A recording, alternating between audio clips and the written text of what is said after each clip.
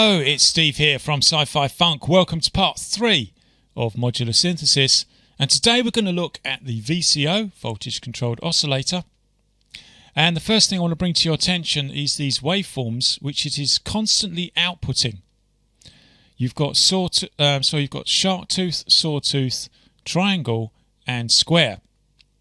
Now what I've done is down here is I've got leads waiting to go from each of these into a mixer.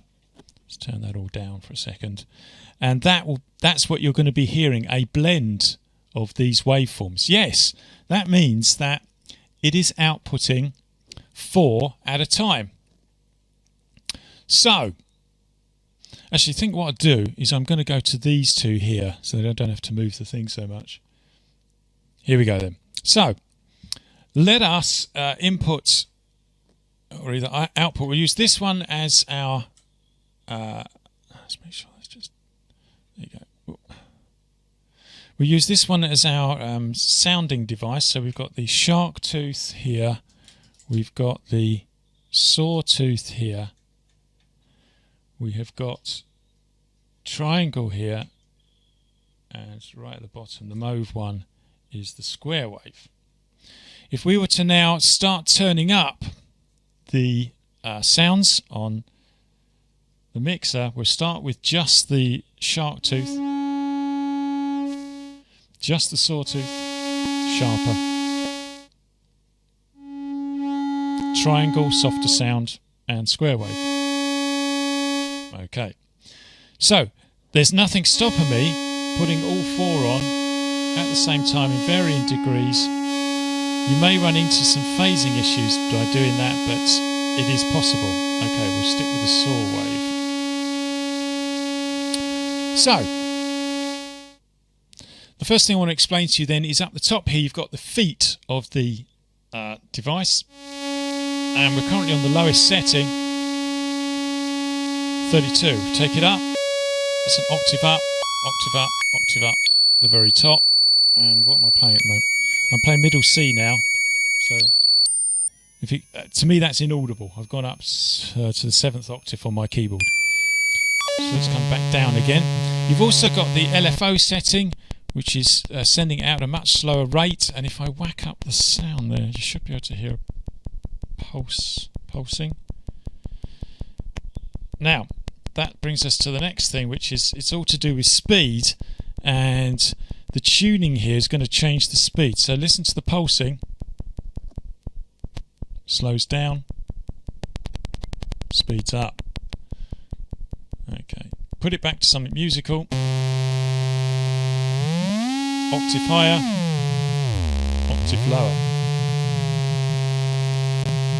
So we've now dealt with that one. Now the next two to look at is the pulse width modulation, which works on a square wave. So we take down the mixer for that sawtooth and put on the square wave. Okay, so I'm now going to change the shape over time. I'm not hearing anything there. Phasing very strongly. It's ultra fat down here, and I'm thinning it out there. You'll hear this much more when we come on to other tutorials, when we combine it with other units. Anyway, that's what it does. Now the next thing is the control voltage applied to the pulse width modulation. And for that, we're going to need an envelope. And we've got one here. I'm going to use the output 1, and what I'm going to do is I'm going to make it rise to nothing. Nothing to a value, then to nothing. So we're sending the output of that into the pulse width modulation CV of that control voltage of this. And now when I press a key, can you hear it go whoop and then cut to a value? There we go. So now what would be interesting, wouldn't it, would be to apply that to pitch, and this is where this line CV comes in. So if I connect it to the line CV here, and now press it, it rises in pitch and then goes to a stable value. Why is it going to a stable value? Well, that's to do with the setting of the envelope, which I'll cover in greater detail later. All you need to know for now is that the envelope can control the oscillator. So we're now going to go to the exponential CV, and that's when it gets interesting. And just to say on the line CV, of course you can vary the effect, more intense or less intense with this. But now let's try this on the exponential. Same trick. Oh, much more. Now if we really whack it up, ridiculous levels, but lots of fun. So we'll keep it in the middle there. We're almost done on this unit now. The next thing to do, let's put this to sync, is to talk about the synchronizing of waveforms here with waveforms from another oscillator. And that's why I've used this one, so you can see its neighbor next door performing a trick. Now, we're going to output a sawtooth and we're going to send it to the sync here. You notice the pitch change. Now what's happening there? Let's make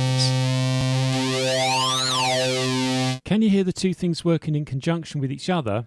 That's the sync. Lovely. So we have covered in as short a time as possible everything you can do with just a VCO. Okay, we had to rely on an envelope generator as well to demonstrate it. Please join me next time when we're going to talk about voltage controlled amplifiers or VCAs. That's it for today. See you next time at Sci-Fi Funk.